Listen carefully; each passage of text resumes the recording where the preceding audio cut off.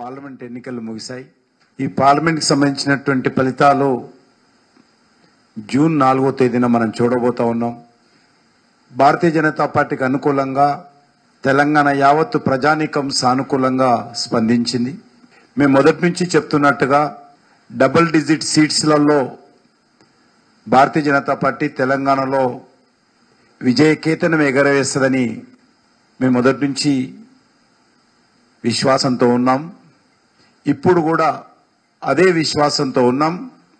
రెండో స్థానం కోసము బీఆర్ఎస్ కాంగ్రెస్ అనే పరిస్థితి పార్లమెంట్ ఎన్నికల్లో ఉంటుంది. దేశంలో మరోసారి నరేంద్ర మోడీ గారి ప్రభుత్వం రావాలని తెలంగాణ సమాజం అంతా కూడా మనస్ఫూర్తిగా కోరుకున్నారు. అదేవిధంగా ఇటీవల ఎన్నికల్లో భారతీయ జనతా పార్టీ అభ్యర్థులను ఆశీర్వదించడం జరిగింది. మా ఓటింగ్ పర్సెంటేజ్ కూడా చాలా పెద్ద ఎత్తున మా సీట్లు కానీ ఓట్లు కానీ గణనీయంగా ఈ పార్లమెంట్ ఎన్నికల ఫలితాలలో మనం చూడబోతా ఉన్నాము. తెలంగాణ ప్రజలు ఆ రకంగా బీజేపీని ఆశీర్వదించడం జరిగింది. ఇప్పుడు జరుగుతున్నటువంటి ఖమ్మం, నల్గొండ, వరంగల్, పట్టభద్రుల నియోజకవర్గానికి సంబంధించినటువంటి ఎమ్మెల్సీ ఎన్నికలు 27వ తేదీన ఉన్న విషయం అందరికీ తెలుసు. ఈ ఎన్నికలు ఉప ఎన్నికలు. ఈ ఎన్నికల్లో బీజేపీ అభ్యర్థిగా మరి అనేక సంవత్సరాలుగా ప్రజాక్షేత్రంలో విద్యార్థి నాయకుడుగా మరి పూర్తి సమయం ఇచ్చి పనిచేసి అఖిల భారతీయ విద్యార్థి పరిషత్తులో పనిచేసినటువంటి వ్యక్తి. ఆ తర్వాత భారతీయ జనతా యువ మోర్చా రాష్ట్ర శాఖ అధ్యక్షుడిగా, ఈరోజు బీజేపీ రాష్ట్ర ప్రధాన కార్యదర్శిగా అనేక ఉన్నత చదువులు చదివిన తర్వాత కూడా ఒక సిద్ధాంతం కోసము నమ్ముకున్నటువంటి పార్టీ కోసము పనిచేస్తున్నటువంటి కార్యకర్త. ఆయన గత ఇదే 3 ఉమ్మడి జిల్లాలకు సంబంధించినటువంటి ఇదే కాన్స్టిట్యున్సీ నుంచి పోటీ చేయడం జరిగింది. ఉప ఎన్నిక కాబట్టి మా పార్టీ మళ్ళీ వారినే అభ్యర్థిగా రంగంలోకి దింపడం జరిగింది. మంచి సానుకూలత అన్ని గ్రామాలలో, అన్ని అసెంబ్లీ నియోజకవర్గాల్లో, అన్ని జిల్లాలలో మాకు అనిపిస్తా ఉంది. మంచి మెజార్టీతో ఈ యొక్క గ్రాడ్యుయేట్స్ కాన్స్టిట్యున్సీలో కూడా ప్రజల ఆశీస్సులతో బీజేపీ ఇక్కడ గెలవబోతా ఉంది. సానుకూలమైనటువంటి వాతావరణం ఉంది. పార్టీ పరంగా చూసినా, అభ్యర్థి పరంగా చూసినా ఈరోజు మరి ఇక్కడ బీజేపీ గెలిచేటువంటి అన్ని రకాలుగా ప్రజలు అండదండలు అందిస్తా ఉన్నారు. దురదృష్టం ఏంటంటే టీఆర్ఎస్ పార్టీ అధికారంలోకి వచ్చిన తర్వాత లెజిస్లేటివ్ కౌన్సిల్ యొక్క శాసన మండలి యొక్క ప్రాధాన్యత క్రమంగా తగ్గిస్తూ వచ్చింది. దాని ప్రాధాన్యత లేకుండా చేయడం జరుగుతూ ఉన్నది. ఏదో ఉన్నది కాబట్టి తూతూ మంత్రంగా సమావేశాలు నిర్వహించడం, ఈ యొక్క కౌన్సిల్కి ఏ రకమైనటువంటి ప్రాధాన్యత లేకుండా చేయడము, మరి ఒక క్రమ పద్ధతిలో టీఆర్ఎస్ వ్యవహరించింది.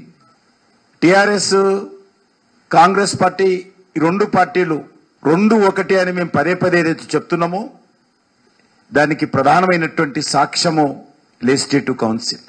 కాంగ్రెస్ పార్టీకి సంబంధించినటువంటి లీడర్తో సహా మొత్తం కాంగ్రెస్ పార్టీ ఎమ్మెల్సీలందరినీ కూడా గంపగుత్తగా టీఆర్ఎస్ లో ఆ రోజు చేరిపోవడం జరిగింది.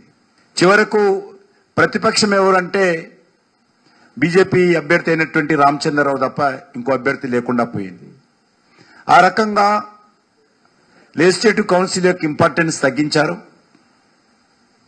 మళ్ళీ ఈరోజు కాంగ్రెస్ పార్టీ అధికారంలోకి వచ్చిన తర్వాత బీఆర్ఎస్ నుంచి గెలిచినటువంటి ఎమ్మెల్యేలందరూ కూడా ఎమ్మెల్సీలు వరుసగా మళ్ళీ కాంగ్రెస్ లో చేరుతున్న విషయం మనం చూస్తా ఉన్నాం. కాబట్టి బీఆర్ఎస్ నుంచి గెలిచినా, కాంగ్రెస్ నుంచి గెలిచినా 2 ఒకటే.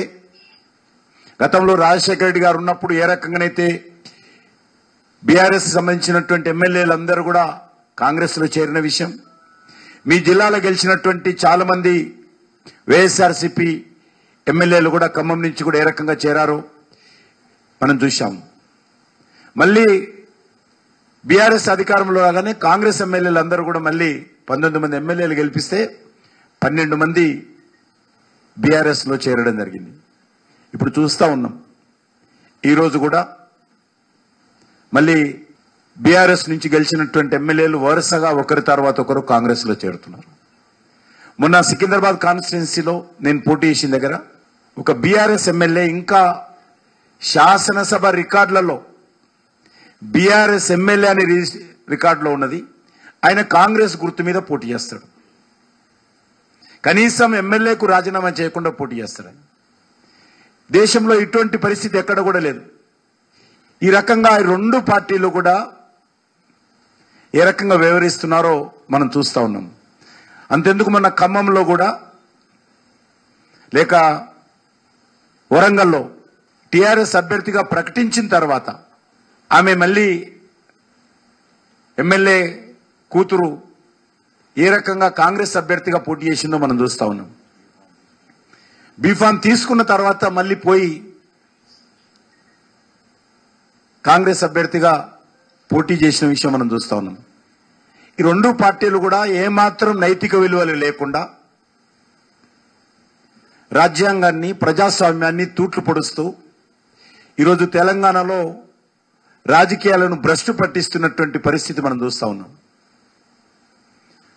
ఇప్పుడు జరుగుతున్నటువంటి ఎన్నికల్లో కూడా శాసన మండలి అంటే అది ప్రజా సమస్యలకు ఒక ప్రశ్నించేటువంటి వేదికగా గత అనేక రోజులుగా మనం చూశాం. అటువంటి శాసన మండలిని పూర్తిగా నిర్వీర్యం చేస్తున్నటువంటి పరిస్థితి ఉన్నది. మా పార్టీ తరఫున గెలిచినటువంటి గ్రాడ్యుయేట్స్ కాన్స్టిట్యున్సీ ఎమ్మెల్సీ రామచంద్రరావు గారు ఒక్కరే ఆ రోజు ప్రతిపక్షంగా ఉండేవారు. మళ్ళీ ఈరోజు మంచి అవకాశం వచ్చింది. ఈరోజు కాంగ్రెస్ పార్టీ అభ్యర్థి గెలిచిన ఆయన పాలక పక్షమే. ప్రజా సమస్యల మీద ప్రశ్నించేటువంటి అవకాశం ఉండదు. కాంగ్రెస్ పార్టీకి అనుకూలంగా చేయెత్తమంటే ఎత్తడమే తప్ప చేసేదేముండదు. అదేవిధంగా ఈరోజు బీఆర్ఎస్ అభ్యర్థి బీఆర్ఎస్ లో ఎంతమంది గెలిచినా అసలు బీఆర్ఎస్ లో ఉంటారా ఉండరా అన్నటువంటి అనుమానం ఈరోజు తెలంగాణలో ఉంది. చాలా మంది రోజొకరు ముఖ్యమంత్రి గారిని కలవడం, బీఆర్ఎస్ ఎమ్మెల్యే త్వరలో కాంగ్రెస్ లో చేరుతారన్నటువంటి ప్రచారం జరుగుతున్న విషయం మనం చూస్తా ఉన్నాం. కాంగ్రెస్ నాయకులు మంత్రులు స్వయంగా చెప్తా ఉన్నారు. ఫలితాలు వెళ్ళిన లోక్సభ ఫలితాలు వచ్చిన మరునాడే 25 మంది బీఆర్ఎస్ ఎమ్మెల్యేలు కాంగ్రెస్ లో చేరుతారని చర్చ జరుగుతున్నది. కాబట్టి ఈరోజు రాష్ట్రంలో ఒక ప్రధాన ప్రతిపక్షంగా ఉన్నటువంటి బీఆర్ఎస్ పార్టీ పూర్తిగా తమ ఎమ్మెల్యేలను ఎమ్మెల్సీలను ఏ రకంగా ఒకరి తర్వాత ఒకరు కాంగ్రెస్ లో చేరుస్తుందో మనం చూస్తా ఉన్నాం. కాబట్టి రెండు పార్టీలు ఎవరు గెలిచినా ఎవరు ఓడినా రెండు ఒకటే, దొందు దొందే. ఈ రెండు పార్టీలకు తేడా లేదు. ఈ రెండు పార్టీలు కూడా ఒకే తానుముక్కలే. కాబట్టి ఈరోజు నేను మరి పట్టభద్రులను విజ్ఞప్తి చేస్తా ఉన్నాను. పట్టభద్రుల సమస్య కావచ్చు, ఉద్యోగస్తుల సమస్య కావచ్చు, నిరుద్యోగుల సమస్య కావచ్చు, వాళ్ళ గుండె చప్పుడు శాసన మండలిలో వినిపించేటువంటి అవకాశము ఒక భారతీయ జనతా పార్టీకి మాత్రమే ఉంది ఈ తెలంగాణలో అని కోరుతా ఉన్నాం. కాబట్టి తెలంగాణలో ఉన్నటువంటి ఈ 3 జిల్లాల పట్టభద్రులు ఆలోచించి ఈరోజు భారతీయ జనతా పార్టీని ఆశీర్వదించాల్సిందిగా, భారతీయ జనతా పార్టీకి అండగా నిలబడాల్సిందిగా నేను కోరడం కోసమే ఈరోజు ఖమ్మం రావడం జరిగింది. ఇంతకుముందు సుధాకర్ రెడ్డి గారు చెప్పినట్టు ఖమ్మం కానీ, వరంగల్ కానీ, నల్లగొండ కానీ, ఆ రకంగా తెలంగాణ యావత్తు కానీ చైతన్యానికి ప్రతీక. మొన్న ఈ 6 నెలల క్రితము ఈ కేసీఆర్ పీడ విరగడ కావాలి, ఈ కుటుంబ పాలన పోవాలి, ఈ అవినీతి పాలన పోవాలి, ఈ అహంకారపూరితమైనటువంటి పాలన పోవాలి, ఈ నియంత పాలన పోవాలి అనేటువంటి ఆలోచనతో కాంగ్రెస్ పార్టీకి సమర్థిస్తే తెలంగాణ ప్రజలు ఈరోజు పెంక మీద నుంచి పొయ్యిలో పడ్డట్టుగా తెలంగాణ ప్రజల జీవితాల్లోని అనేక రకాల హామీలు ఇచ్చారు. రాహుల్ గాంధీ, ప్రియాంక గాంధీ, సోనియా గాంధీ, రేవంత్ రెడ్డి గారు వీళ్ళందరూ కూడా తిరుగుతూ ఊరూర తిరుగుతూ అనేక రకాల హామీలు ఇచ్చారు. ఏ ఒక్కటి కూడా ఈరోజు అమలు చేసేటువంటి పరిస్థితి కాంగ్రెస్ పార్టీలో లేదు. అనేక రకాల గ్యారంటీలు ఇచ్చారు. ఏ ఒక్క గ్యారంటీ కూడా ఈరోజు అమలు చేసే పరిస్థితి లేదు. అది నిరుద్యోగులకు సంబంధించిన విషయం కావచ్చు, లేక మహిళలకు సంబంధించిన విషయంలో కావచ్చు, రైతాంగానికి సంబంధించిన విషయంలో కావచ్చు, పేదలకు సంబంధించిన విషయంలో కావచ్చు, రుణమాఫీ విషయంలో ఏ రకంగా మా పార్టీ అధికారంలో రాగానే డిసెంబర్ 9 తర్వాత రైతులకు ఇచ్చినటువంటి 2 లక్షల రుణమాఫీ చేస్తాము. ఒకవేళ మీరు ఏదో కారణంగా ఇప్పటికే మీకు బ్యాంకులు మీ అప్పులు చెల్లిస్తే మీరు వెంటనే వెళ్ళి ఫ్రెష్గా కొత్తగా అప్పులు తీసుకోండి, డిసెంబర్ 9న మేము వస్తున్నాము, మీ అప్పులు మాఫీ చేస్తామని చెప్పి, సోనియా జన్మదినం రోజు మాఫీ జరగబోతుందని చెప్పి రైతులను ప్రోత్సహించాడు. బ్యాంకులకు ఎవరు కూడా రుణాన్ని చెల్లించొద్దని చెప్పి పిలుపునివ్వడం జరిగింది. మీరెవరు అప్పు కట్టొద్దు బ్యాంకులకు, మేము వస్తున్నాము, మేము మాఫీ చేస్తున్నామని చెప్పారు. మరి ఈరోజు డిసెంబర్ 9 పోయింది, జనవరి 9, ఫిబ్రవరి 9, మార్చి 9, ఏప్రిల్ 9, మే 9 కూడా పోయింది. ఈరోజు అది ఆగస్టుకు వాయిదా వేశారు. దేవుడి మీద ఓట్లేస్తూ ఈ ముఖ్యమంత్రి గారు ఇచ్చిన హామీని నెరవేర్చలేని అసమర్థతతో నమ్మక ద్రోహం చేస్తూ రైతాంగాన్ని పూర్తిగా ఈరోజు రోడ్డున పడేశాడు. రైతులు ఇది రుణమాఫీ చేస్తారేమో, అవసరమైతే కొత్త రుణం తీసుకోవచ్చు కాబట్టి రైతులందరూ ఎదురు చూశారు. కానీ ఈరోజు వర్షాకాలం వస్తూ ఉంది, మళ్ళీ రైతులు పంటలు వేసుకోవాలి, బ్యాంకులు రుణం ఇచ్చే పరిస్థితులు లేదు, కొత్తగా అప్పులు ఇవ్వరు. ఎందుకంటే పాత రుణాలు కట్టలేదు కాబట్టి, పాత రుణాలు కట్టొద్దు అని చెప్పి ముఖ్యమంత్రి గారు గతంలో ప్రతిపక్షంలో ఉన్నప్పుడు చెప్పాడు కాబట్టి రైతులు కట్టలేదు.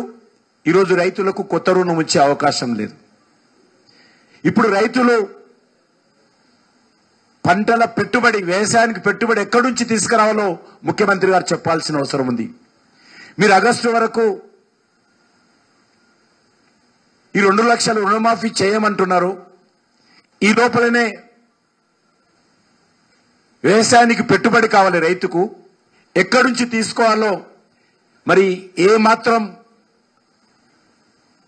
ఈ ముఖ్యమంత్రి గారికి సామాజిక స్పృహ ఉంటే, ఇచ్చినటువంటి హామీ మీద ఆలోచన ఉంటే రైతాంగానికి చెప్పాల్సిందిగా కోరుతా ఉన్నాం. ఏ ఒక్క బ్యాంకు కూడా ఈరోజు రైతులకు రుణం ఇచ్చేటువంటి అవకాశం లేదు, పాత అప్పు కట్టలేదు కాబట్టి. 2 లక్షల రుణమాఫీ ఈ రకంగా వాయిదా వేశారు. అదేవిధంగా ఎకరానికి 15,000 ఇస్తామన్నారు, కౌలు రైతులకు 15,000 ఇస్తామన్నారు, వ్యవసాయ రైతు కూలీకి 12,000 ఇస్తామన్నారు, అదేవిధంగా పాడి పైన, ధాన్యం పైన 500 బోనస్ ఇస్తామన్నారు. ఇందులో వ్యవసాయ రంగాన్ని తీసుకుంటేనే ఏ ఒక్కటి కూడా ఈ ప్రభుత్వం చేసే పరిస్థితి లేదు. రైతుల రుణమాఫీ కూడా ఏదో కార్పొరేషన్ పెడతాము, అప్పు తీసుకొస్తాము, అది అప్పు తీసుకొచ్చి బ్యాంకుల నుంచి అప్పు తీసుకొచ్చి మళ్ళీ రుణమాఫీ చేస్తామని ఏదో మాట్లాడుతూ ఉంది తప్ప, ఈరోజు రుణమాఫీ కూడా రైతులకు అందని ద్రాక్ష పండులాగా మారిపోయే అవకాశం ఉంది. ఈరోజు ధాన్యం మార్కెట్కి వచ్చింది. నేను ఈరోజు ఉదయం కూడా మరి ధాన్యం కేంద్రాలకు వెళ్ళొస్తా ఉన్నాను.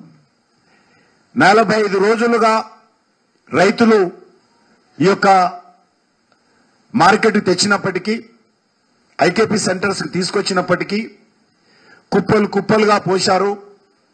మొత్తం మొలకలు వెళ్తుతా ఉన్నాయి, తడిచిపోతా ఉన్నాయి, ఎండకు ఎండుతా ఉన్నాయి. 45 రోజులుగా బిక్కు బిక్కుమంటూ రైతులు రాత్రి పగళ్ళు ఆ ధాన్యాన్ని కాపాడుకుంటూ ఆ యొక్క ఐకేపీ సెంటర్స్లలో మరి రైతులు అనేక రకాల ఇబ్బందులకు గురవుతూ ఉంటే ఈ ప్రభుత్వము మరి ప్రేక్షక పాత్ర పోయిస్తా ఉంది. 45 రోజులుగా ఎందుకు కొనలేదో చెప్పాల్సినటువంటి అవసరం ఉంది. కేంద్ర ప్రభుత్వం చాలా స్పష్టంగా చెప్పింది, చివరి ధాన్యం గింజ వరకు కూడా కేంద్ర ప్రభుత్వం కొంటుంది. ఆ రకంగా తెలంగాణ ప్రభుత్వం చేయాల్సింది ఒకటే,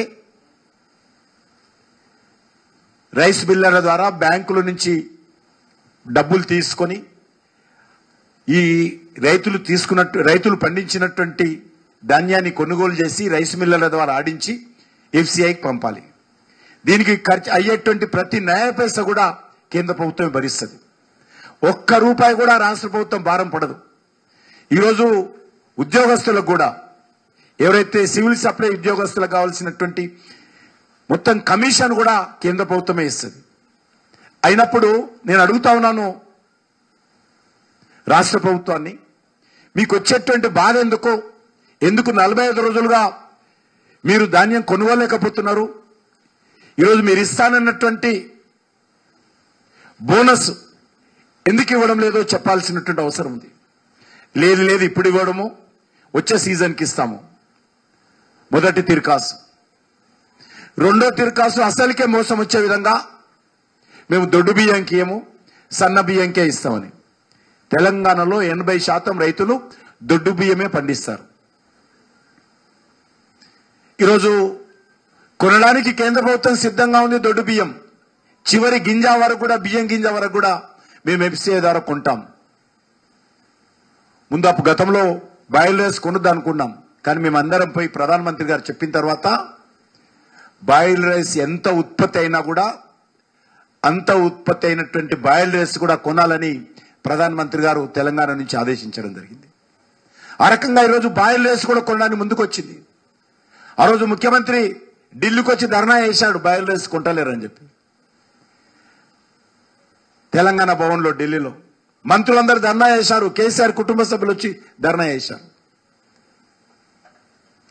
ఈరోజు నేను ముఖ్యమంత్రిని అడుగుతా ఉన్నాను, ఎందుకు మీరు ధాన్యం 45 రోజులుగా కొనలేకపోతున్నారు? మీ అసమర్థత కారణం ఏంటి? మీ చేతగానితనానికి కారణం ఏంటి? ఎందుకు కొనలేకపోయారు చెప్పాలి. డబ్బులు ఇచ్చేది కేంద్ర ప్రభుత్వము, కొనేది కేంద్ర ప్రభుత్వము, మీరు మీడియేట్ మాత్రమే చేస్తారు. ఎందుకంటే ప్రభుత్వ యంత్రాంగం మీది కాబట్టి మీరు కొనాలి. చివరకు బస్తా, ఖాళీ బస్తా బ్యాగు ఖర్చు కావచ్చు, ఆ బ్యాగు కుట్టడానికి కావాల్సిన ఖర్చు కావచ్చు, బస్తా లేపడానికి కావాల్సినటువంటి అమాలీ ఖర్చు కావచ్చు, ట్రాన్స్పోర్ట్ ఖర్చు కావచ్చు, ఇంట్రెస్ట్ కావచ్చు, ప్రతి నయా పైసా కేంద్ర ప్రభుత్వం ఇస్తున్నప్పుడు మరి రాష్ట్ర ప్రభుత్వానికి వచ్చినటువంటి బాధ ఏంటో చెప్పాల్సిన అవసరం ఉంది. రెండోది, మీరు ఎందుకు ఈరోజు ఈ యొక్క బోనస్ విషయంలో వెనుకంజ వేస్తున్నారో ఈ ప్రభుత్వం చెప్పాలి. బోనస్ ఇస్తానని చెప్పి 100 రోజులు అమలు చేస్తానని చెప్పి 6 గ్యారెంటీల్లో బోనస్ విషయం కూడా ఉన్నది. సోనియా గాంధీ గారు స్వయంగా సంతకం పెట్టి ఆ లెటరు ఇంటింటికి పంపింది. నేను సోనియమ్మను మాట్లాడుతున్నాను, నేను హామీ ఇస్తున్నాను, ఈ 6 గ్యారెంటీలు అమలు చేస్తాము, కాంగ్రెస్ పార్టీ కోటేయమని చెప్పింది. ఎక్కడ 6 గ్యారెంటీలు అని అడుగుతా ఉన్నాను. ఎందుకు ఈరోజు రైతుల జీవితాలతో చెలగాటమాడుతున్నదో కాంగ్రెస్ పార్టీ చెప్పాలి. అంతేకాదు, ఈ యొక్క రైతు కూలీల విషయంలో కావచ్చు, కౌలు రైతుల విషయంలో కావచ్చు, ఎప్పుడు చేస్తుందో, ఇచ్చినటువంటి గ్యారెంటీలు ఎప్పుడు అమలు చేస్తుందో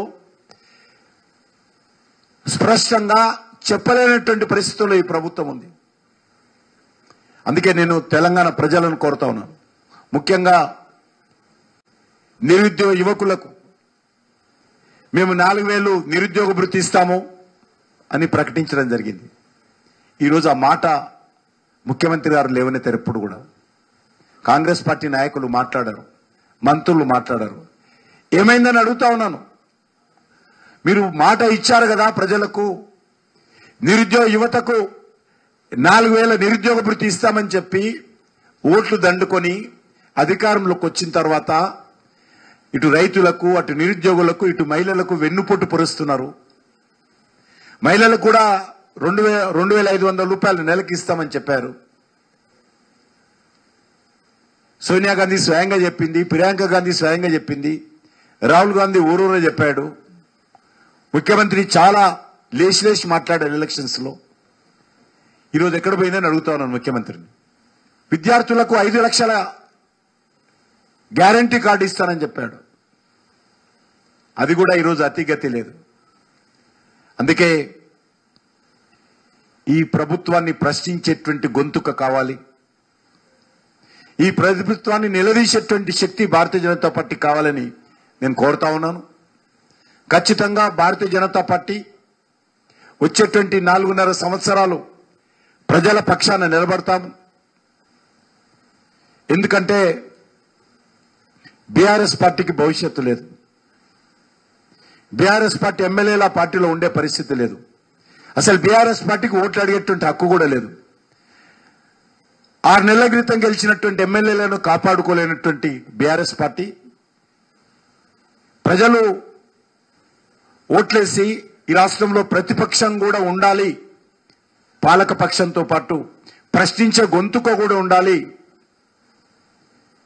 అనేటువంటి ఉద్దేశంతో తెలంగాణ ప్రజలు బీఆర్ఎస్ పార్టీకి ప్రతిపక్ష పార్టీ బాధ్యత అప్పగించారు. కానీ ఈరోజు బీఆర్ఎస్ ఎమ్మెల్యేలు అందరూ కూడా కట్టగట్టుకుని ముఖ్యమంత్రి ఇంటి చుట్టూ, గాంధీ భవన్ చుట్టూ తిరుగుతున్నారు.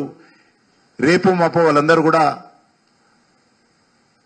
కాంగ్రెస్ లో చేరబోతున్నారని మంత్రులు మాట్లాడుతున్నా కేసీఆర్ గాని, కేసీఆర్ కుటుంబం గాని ఆ విషయంలో గొంతెత్తడం లేదు, మాట మాట్లాడడం లేదు. ముఖ్యమంత్రి రోజొక ఎమ్మెల్యే ఫోటో దిగుతా ఉన్నాడు. కాబట్టి అలాంటి బీఆర్ఎస్ పార్టీ ఈరోజు ఓట్లు అడిగేటువంటి నైతిక హక్కు లేదు. గెలిపించినటువంటి ఎమ్మెల్యేలను నిలబెట్టుకోలేనటువంటి పరిస్థితి, ఎమ్మెల్సీలను నిలబెట్టుకోలేనటువంటి పరిస్థితుల్లో ఈరోజు బీఆర్ఎస్ పార్టీ ఏ రకంగా ప్రజలను ఓట్లు అడుగుతుందో చెప్పాల్సిందిగా కోరుతా ఉన్నాను. గెలిచినటువంటి వాళ్ళే పార్టీలు మారుతా ఉంటే మీ పార్టీ నుంచి క్యూ కట్టి పోతా ఉంటే చివరకు మీ కుటుంబం ఉంటుందా పోతుందా తెలియని పరిస్థితుల్లో ఈరోజు బీఆర్ఎస్ పార్టీ ఉన్నది. కాబట్టి ఈ రాష్ట్రంలో ఒక ప్రధాన ప్రతిపక్ష పార్టీగా ప్రజాపక్షంగా నిలబడేటువంటి భారతీయ జనతా పార్టీని ఆదరించాల్సిందిగా నేను తెలంగాణకు సంబంధించినటువంటి విద్యావంతులను, మేధావులను ఈ సందర్భంగా కోరుతా ఉన్నాను. ఈ ప్రభుత్వానికి వ్యతిరేకంగా ఈరోజు బీఆర్ఎస్ అధికారాన్ని గద్దెదించడం కోసం 10 సంవత్సరాలు పట్టింది. కానీ కాంగ్రెస్ పార్టీ గద్దెదించడం కోసం 5 సంవత్సరాలు చాలు. ముఖ్యమంత్రి అంటుండే నీ లక్ష్యం ఏంటంటే 10 సంవత్సరాలు ముఖ్యమంత్రిగా ఉంటాడు. ఏ ఇంటర్వ్యూలు అడిగినా నీ లక్ష్యం ఏంటి అంటే నా లక్ష్యం ఒకటే, నేను 10 సంవత్సరాలు ముఖ్యమంత్రిగా ఉంటాను. కానీ 5 సంవత్సరాలు గగనం. ప్రజాస్వామ్యం ఉంది కాబట్టి 5 సంవత్సరాలకు ప్రజలు ఓట్లేశారు కాబట్టి 5 సంవత్సరాల తర్వాత ఈ రాష్ట్రంలో ఖచ్చితంగా కాంగ్రెస్ పార్టీ పోవడం ఖాయము. ఈ రాష్ట్రంలో బలమైనటువంటి ప్రతిపక్షంగా ఈ 5 సంవత్సరాలు పోరాటం చేసి 4.5 సంవత్సరాలు ఒక ప్రత్యామ్నాయ శక్తిగా బీజేపీ ఈ రాష్ట్రంలో ఎదగడం కోసం అన్ని రకాలుగా మేము ప్రయత్నాలు చేస్తాము. ఆ రకంగా ప్రజల గుండె చప్పుడై ఒక ప్రశ్నించే గొంతుకగా ఈరోజు నిలబడతాం. కాబట్టి ఈ పట్టభద్రులు నియోజకవర్గం నుంచి కూడా మరి ఈ 3 జిల్లాలకు సంబంధించినటువంటి విద్యావంతులు, మేధావులు, పట్టభద్రులు భారతీయ జనతా పార్టీని ఆదరించాల్సిందిగా, ప్రేమేందర్ రెడ్డిని మొదటి ప్రాధాన్యత ఓటు వేసి గెలిపించాల్సిందిగా కోరుతూ సెలవు తీసుకుంటున్నాం.